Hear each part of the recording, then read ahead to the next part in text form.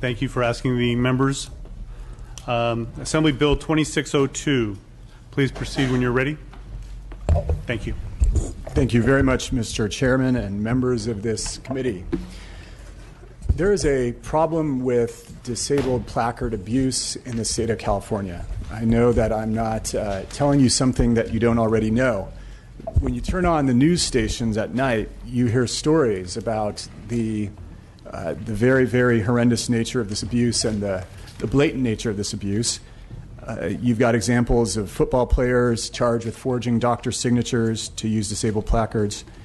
You've got sting operations revealing hundreds of people taking these spots away from people who need them. And you've got people putting these placards for sale on Craigslist.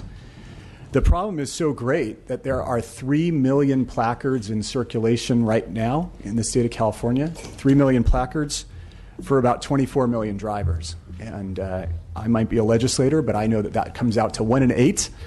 And that's obviously too high. We know for a fact that 1 out of every 8 drivers does not have a disability, and therefore that there is much that is being abused by this process.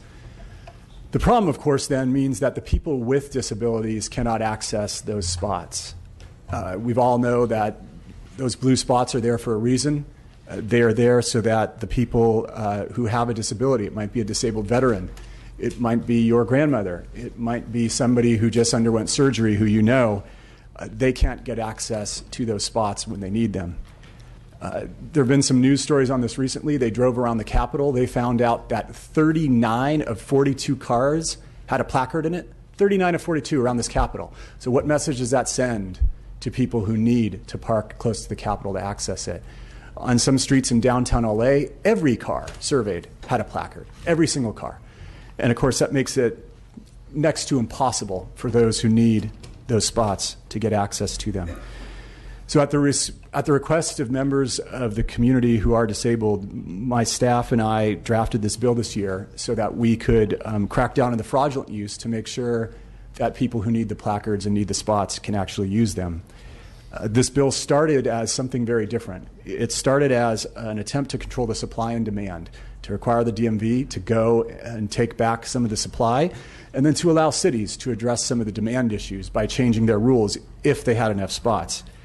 But I want to thank the committee staff, both the Republican side and the Democratic side, for making their suggestions and helping me redraft this bill almost entirely. So what this bill does now is it would create a system where you would have 2 different types of placards in the state, and they would actually be based on a sticker. You would have a new category of parking, and other states have tried this. There are plenty of states in the union who have tried this already, and they've had traumatic success reducing the amount of fraud. In Michigan, they reduced fraud by 90%. That's a significant thing, 90%, based on the amendments that we have here in this bill. And what that would do is we would make it so that people who need to still park at a meter for free and get the sticker that would then be affixed to their placard inside their car, these would be people who just have to, who get a doctor's note to show that they cannot insert coins in a meter, cannot reach above a certain head, cannot access a parking meter or reach it because they're in a wheelchair, or who cannot walk more than 20 feet due to an orthopedic, neurological, cardiovascular, or lung condition. I think this will do a great deal to make sure that those who need these spots can actually access them, and those who can't, the people trading placards on Craigslist, the grandchild borrowing their grandparents, quote unquote, borrowing their grandparents' placard, people who transfer them for 2 years, valet parkers who use them in cars when they're parking them, that those folks are not abusing the system. And I have a number of witnesses here who have so kindly joined us from all different parts of the state to talk about some of the issues that they've had with accessing the spots that they need. And I'd like to turn it over to my first witness, Mr. Chairman. Please state your name, who you represent, please. Mr. Chairman, members of the committee, I'm Jerry Way. I'm the Director of Public Works for the City of Sacramento. And we'd like to begin by expressing our sincerest thanks to Member Gatto for introducing Assembly Bill 2602. The epidemic abuse of disabled parking placards has been a significant problem in California's urban centers for many years. Fraudulent use of disabled placards virtually eliminates on-street parking opportunities for residents with legitimate disabilities, as well as creating an unreasonable hardship for businesses by virtue of a lack of convenient parking for their patrons. Additionally, the abuse of fraudulent disabled placards directly competes with objectives of Senate Bill 32 through increased traffic congestion and greenhouse gas emissions. The City of Sacramento, we have approximately 5,800 metered on-street parking spaces, all within the central city. Through local ordinance, we are one of a handful of cities in California that have actually made placard fraud a misdemeanor offense.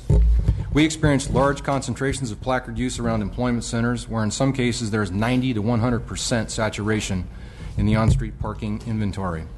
Our misdemeanor abuse program is complaint-based primarily, which leads to an average of 134 complaints investigated and 8 citations issued per month. This represents an average fraud capture rate of a mere 6%. We recently analyzed data collected from our new smart meter technology, which showed that parking metered spaces turned over approximately 2,300 times per year, generating the type of transaction that our businesses demand. When disabled placards are used, the number goes to 0. Nearly every large city in California has or is moving toward a demand-based pricing model for on-street parking to help manage parking inventories. As long as we continue to allow parking thieves to succeed, the cost for everyone else will continue to be burdensome and unfair. I've spent over 35 years as a public works professional, and I have a deep understanding of the importance of providing safe, convenient, and accessible accommodation for our citizens with disabilities in the public right-of-way.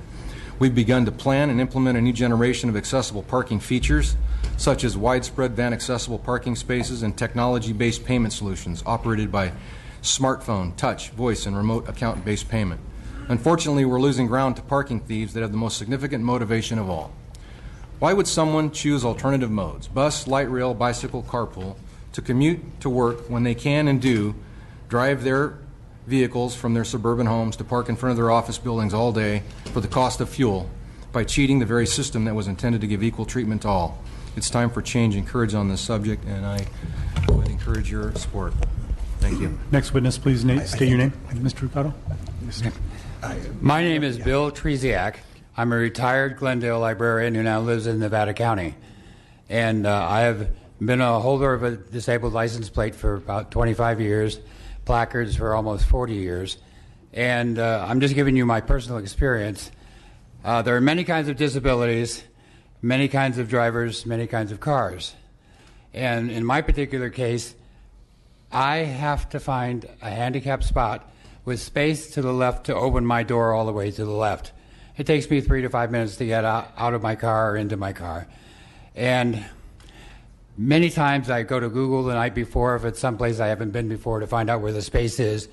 I get there, and of course it's taken, and I see somebody bounding in and out, somebody agile and young, but I don't know what their disability is. I'm not going to question, but I know what Mike is saying is right. And over again, I can't just go to another open parking place. Because of my disability, I have to go to the end of the aisle, the end of the parking lot, or sometimes the next block, to find a place that's open, that has open space to the left. Sometimes it's into the bushes or something, where I can open my door to get out. So it's really been a problem for me for years. I also have other problems in grocery store lots where they seem to put the shopping cart return areas right next to a handicap spot, and there's shopping carts in the space. I can't get into it, and I can't stop my car in the aisle and then spend 5 minutes trying to get them out and then get back in. That doesn't work. And then finally, in Los Angeles, there were lots of spaces. I didn't have much problem in Glendale. But where I live now, Nevada County, is a lot of retirees. And when I go to medical offices, I know that the number of spaces are based on the ADA, which in turn was based on what California did first. California set the standards first, but it's based on basic population. When there's over 65, there's more people with disabilities, more people needing those spaces, and if we don't have more spaces at medical office buildings, dentists and places like that where people are going to go in those kind of communities, it's just really, really hard. Nevada City, you can't find a space at all, but that's enough for my stories. Thank you, Mike. Thank you, sir. Next witness, please state your name and who you represent, please. Thank you, Mr. Chairman and members. Andrew Antwi here today on behalf of the City of Beverly Hills. Our city is a destination for retail and other forms of tourism. It's an issue that has plagued the City of Beverly Hills, and we've struggled, and we've watched the legislature struggle with trying to find the right balance between providing tools to protect the parking resources that are available, especially these disabled parking spaces, while also preserving the rights of those who truly need these placards, and not finding solutions that punish those who legitimately need this resource as opposed to those that are going to be scofflaws and manipulate the availability of these placards. And we think the author's done a great job in doing this. I've watched this issue come back before this committee and other committees several times. Commend the author on the solution. Next witness. Mr. Chair, members, Joshua Shaw for the City and County of San Francisco's Mayor Ed Lee, as well as our San Francisco Municipal Transportation Agency, which sets and enforces the parking policy in San Francisco. While the bill in its current form has not gone through our formal review process yet, and the mayor's office doesn't have a formal position, he did ask us to come here today to commend the author for taking on this hugely challenging problem, as you've heard from Sacramento and Beverly Hills and the advocates, and from the author himself. In San Francisco, as your analysis notes, some of our surveys show that at times up to 50% of available parking spots, otherwise available parking spots downtown, are taken by disabled parking placards. Recognizing this challenge, about 3.5 years ago, the Mayor's Office of Disability and our Municipal Transportation Agency convened an accessible parking advisory committee to develop a basket of recommendations, some of which we're pursuing locally, including providing more blue zone, what we would call blue zone spots for the disabled, as well as increasing enforcement efforts to crack down on the abuse. But frankly, we need partnership at the state level. Our studies of cities that have done this across something like this across the country, or states that have done something like this bill across the country, show that pricing these spots is critical, depending on how it's defined city by city. But we see in almost every case abuse goes down, and parking for the truly disabled becomes more available. So again, we appreciate the author's efforts in this regard. Thank you. Any other members of the public that would like to testify in support of the author's bill? Seeing none. Any members of the public that would like to testify in opposition to the author's bill?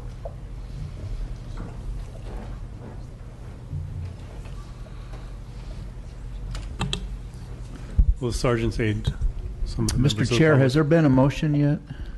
I don't believe so. I'll move approval. Thank you. Mr. Daly's first. Do I have a second? Second. Ms. Brown is the second. So this is witnesses in opposition to the author's bill.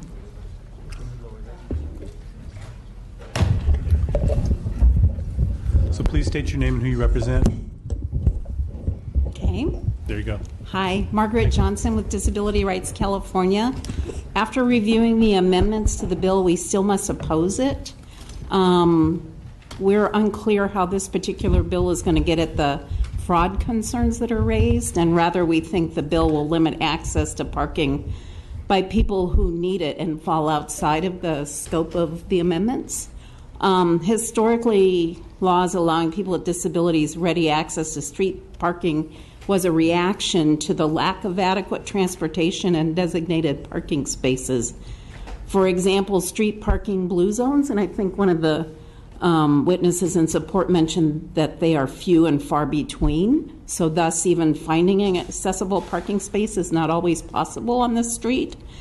In addition, even if you find a blue zone, it may not work for you. For example, near my office, there's a blue zone, but there's a high-tension wire that cuts right across the side of it, so there's no way for me to open my ramp and get out on the sidewalk. And I've seen many supposedly blue zone spaces that are like that, where you couldn't get out and use it. The laws that we have currently were not adopted because we feel sorry for people with disabilities. Rather, they were adopted to really ensure access and encourage people to become part of the community at large. And I think to some extent, that's what you're seeing. People with disabilities nowadays are better able to get out and participate in the community. So of course you're going to see an increase in placard use. And again, I'm not saying there isn't some abuse, but I don't think this bill necessarily gets at it. Finally, the amendments proposed to identify a list of people who would still be eligible for free parking at meters. Unfortunately, the list is really too narrow and excludes people who cannot use or use with extreme difficulty or with safety concerns parking meters. So for those reasons, we urge you to vote no on this bill. Thank you. Next witness, please state your name and who you represent, please. Randy Hicks, Californians for Disability Rights. And we concur with a lot of things that was said by Disability Rights California. After opportunity to review the current amended version of the bill, 2602, Californians for Disability Rights, Inc. must still oppose the bill. First of all, we accept as reasonable general concept that free parking privileges should be continued for those persons with disabilities who have difficulty using parking meters, parking kiosks, and payment centers, or navigating inaccessible features in a built environment. However, the devil's in the details. In this regard, even as amended, 2602 would result in a situation where many people cannot use parking meters and payment centers. And we believe that many other people who can't safely navigate built environment will expose to risk of injury and death. And for all the reasons set in the previous letter from March 28, 2016, we wish to remind the committee that free parking privilege helps alleviate the impact of barriers caused by the failure of municipalities to obey generation-old federal and state civil rights requirements and provide accessible public rights-of-way. It is important to remember that current provisions of CVC were not adopted out of pity for mere largesse, but because the grant of those privileges helps ameliorate the risk and difficulties imposed by transportation and public right-of-way access barriers. The failure to remove these barriers can constitute a deprivation of critical civil rights. And so, as we move along, and I want to read this to you real quick. Sorry about that. The bill, pursuant to the current language of 2602, the parking privilege would only be retained for certain very limited classes of persons with disabilities. These classes are drawn from the Michigan law are far too narrow. Specific issues and proposed changes to the classifications are set forth in the most recent letter, which I'm reading from you here. Withdrawing the parking privilege as set forth in the current language would relieve tens of thousands of PWs incapable of parking and would risk injuries and would cause massive litigation against the municipalities. Assembly Member Scotto's staff has informed us that they want to continue to work with the disability community on making 2602 a better law for PWDs and the public. We appreciate and accept the offer, but as today we must urge you vote no on this bill, and basically we think the whole bill is bad and we don't believe the bill could be actually amended to actually be workable for this community. And so that we are straight up opposed for this bill. Thank you for your testimony. Next, please. Robert Cifuentes. I'm with the Association of California State Employees with Disabilities.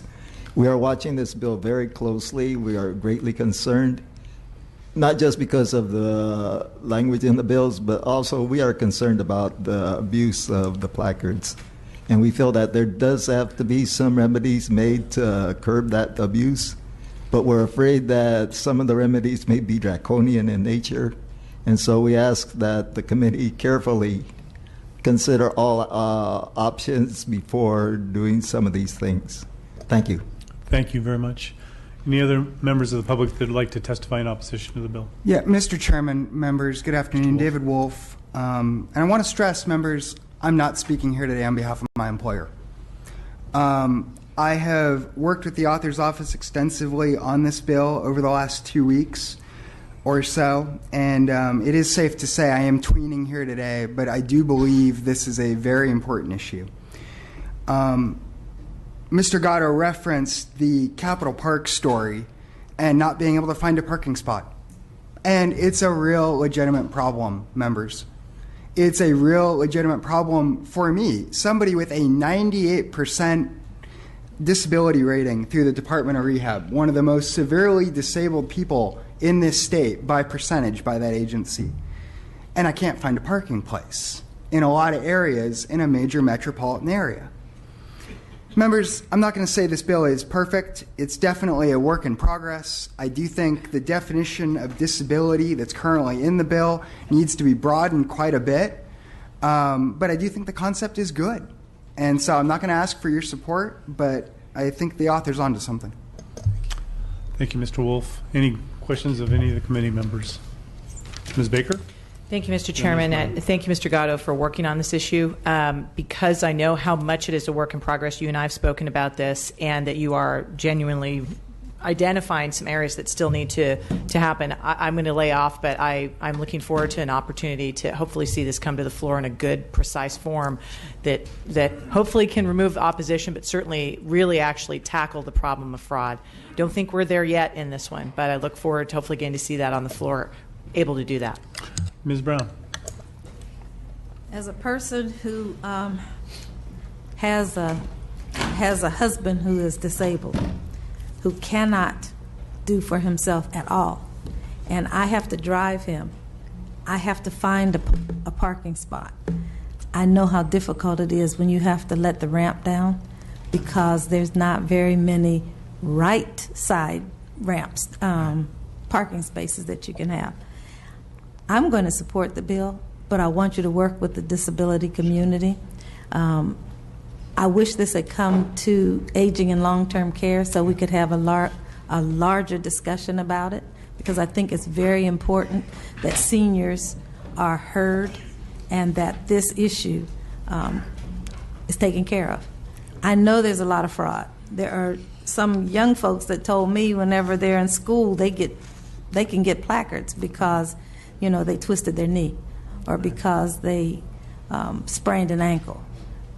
We have to tighten up on it so that people who actually need it can get it. And my husband would be more than happy to trade places with any able-bodied person that would want to trade places with him. Thank you. And I will be supporting you today. Thank you very much. Any other questions of the committee? So we'll go to Ms. Kim and then Mr. Linder, please. Not so much question, but I do want to thank the author for raising the awareness of the abuse and the fraud related to misusing the disabled parking placards. I also have a mother-in-law who relies on this and also rely on finding parking spaces. And I really applaud your efforts. And I also empathize with a lot of the disabled community that is having difficulty finding parking spaces, who really truly deserve it. Your bill, however, I know that you've taken some amendments and you're really working with everyone and listening to the concerns to make this better, to, one, address the issue of cracking down the fraud and abuse that is rampant. And you also have taken the amendment to make it better so that this will be on a sticker system, so those who truly need it with the sticker will be exempt. I mean, we're talking about the fees here, which concerns me. You are trying to exempt certain people from paying the fees if they have one of those stickers that has been issued by DMV and so forth. But I think it's worth noting that the court has already said this is violating the ADA law when you impose tax or fees on those Americans with disabilities, according to ADA. So I want you to consider that and think about how this would affect. And I wonder if this is going to cause any potential. So that's lawsuit. That is, we've already agreed to take that clause out of the bill. So that's not in the bill. That's not in the bill anymore. And you're talking about page 4 of the analysis, right? Well, without speaking out of turn, I think the amendments should be in the bill. They're not. They haven't been added on yet.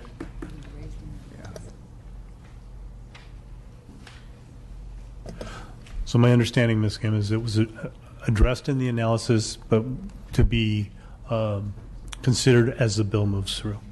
Okay. It's not in print. That is correct. Yeah. So your concerns are noted, and the author has the ability to address that as the bill moves through. Sure. Yeah. I think I will abstain because I do want to see that in print, and I want to make sure that all the other concerns that were raised by those who are opposing the current bill as it is, I think I would like to see those addressed. Okay. Thanks. Mr. Linder. Thank you very much for this bill. Bottom line for me is I want to try and do what's best for the disabled community that obviously needs to have access to as many places as possible.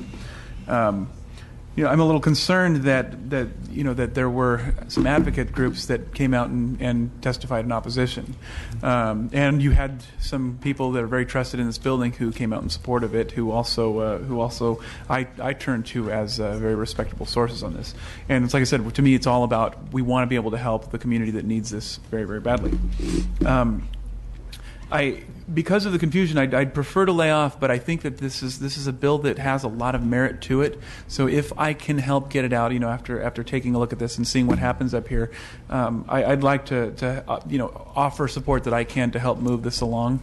And because I definitely think that this is something that needs to be looked at, needs to be worked on, and I don't think that it should stop here. I'd like to be a part of the moving a thoughtful piece of legislation that helps out these people. So thank you and for being thoughtful about it, and look forward to working with you on it. Thank you. Any other questions of the committee of the author? Seeing none, Mr. Gatto, would you like to close? I would like to try to address some of these issues so that people feel a little more comfortable as this bill moves forward. So first of all, we've been working on this bill for over 2 years. We didn't introduce anything last year because of our willingness to meet with all the various groups to make sure that we reach consensus. It's actually been longer than 2 years. It's been closer to 3 years that we've been working on this issue. We will continue to work with the members of the disability community, but I will note that it's a very big community, and there are groups that spoke in opposition today, but there are also people who are very much in support, as you heard. Some of you have seen the news stories on this, where various stations have gone out and interviewed people, sort of man-in-the-street style, and there has been a lot of outrage by disabled people at this process. You imagine when you're a disabled veteran, you come to this building to lobby us, and you drive around the building, and you find that every single car has a disabled placard. With all due respect to statisticians, I don't need statistics to tell me that that's a problem and that's not necessarily proper. And I think that has been universally reflected by the members of the disabled community who tell you that this is a serious, serious problem. In Los Angeles, you imagine, somebody who's quite elderly, they go to that spot and there's a Ferrari sitting in it, double parked, really low to the ground. And disabilities do come in many different forms, but it really is very, very difficult to say that there is not a problem. We took these amendments at the suggestion of the committee rather late in the process. Yes, that is true, but I don't feel that this bill is that much of a work in progress in the pejorative sense. I think it's a work in progress because of the willingness of our office to meet with people and talk with them and try to get them to a level where they're comfortable with it. In terms of statistics, we don't have to do this in a vacuum. Illinois did these very amendments that we're talking about today in the bill. They saw their fraud go down by 91.5%. 91.5%. And in Illinois, you have drivers now who do have a disability reporting that they can finally get that spot. And I think that's very, very important because that's who we want to help, as Mr. Vice Chair said. You also have the testimony of cities like San Francisco, who has and a lot of the cities who testified today, who have records of serving the disabled community that are second to none. And they were here telling you that we need to do something. Otherwise, this program, like many others, runs the risk of the public rising up in such anger that the entire baby is thrown out with the bathwater. Disabled spots are obviously a good thing, and we need to preserve them. But when you have this much abuse and you have these news stories every day every year during sweeps where people are seeing what a problem it is, you really do run the risk that the public will rise up and the whole thing will get thrown out. And then finally, when it comes to the definitions for getting a yellow sticker, There are 4 of them, and I encourage everybody to read them. They're fairly broad, but we are more than happy to broaden them. If members of the community have suggestions, if members have suggestions, we are more than happy to broaden them to make sure that everybody feels like they can get a sticker when they need one. And with that, I respectfully ask for aye votes. Thank you, Mr. Gatto. This is a very tough issue, and I applaud you for tackling it. It takes courage, and you are actually defending a population that is being taken advantage of. Everyone knows there's a ton of fraud going on, and when able-bodied people take up preferred parking spaces, it's not fair to a lot of the people. Not only do local jurisdictions lose parking revenues, people who really need these spaces can't use them. It's despicable, but what's the solution? I think creating a 2-tiered system makes a lot of sense, but there's no doubt that a lot of thought needs to go into making this the right solution. There's a lot of potential here to create unintended consequences, and also you need to make sure that people can't just game the new system. We need to be able to make sure that we're effective, because then you're no further forward than where you started. I think this idea has a lot of merit, but I also believe you have a lot of work to do to get this bill across the finish line. I'm going to vote for your bill today and allow you to continue to work with the interested parties, and I ask the interested parties to work with you with solutions instead of opposition. Right. Thank you. I will reserve the right to reconsider the bill on the floor. But again, the opposition, if you can't come to a compromise, you accomplish nothing. We can't keep going on the way it is now. With that, Madam Secretary, please call the roll. The motion is due pass to the Assembly Appropriations Committee. Frazier? Aye. Frazier, aye. Linder? Aye. Linder, aye. Baker? Bloom? Brown? Aye. Brown, aye. Chu? Daly? Aye. Daly, aye. Dodd? Aye. Dodd, aye. Eduardo Garcia? Eduardo Garcia, aye. Gomez? Kim? Mathis? Medina? Aye. Medina, aye. Melendez? Nazarian? O'Donnell? You have 7. We'll leave the roll open for the absent members, and thank you very much again for having the courage to do this. Thank you. Thank you very much. Mr. Obernolte, please. Assembly Bill 1932. Is Wilk? What's that? Wait a minute. Whoa. I'm sorry. Wait a minute. I beg your pardon. I was handed the wrong. Mr. Wilk. Hello. No, you won't.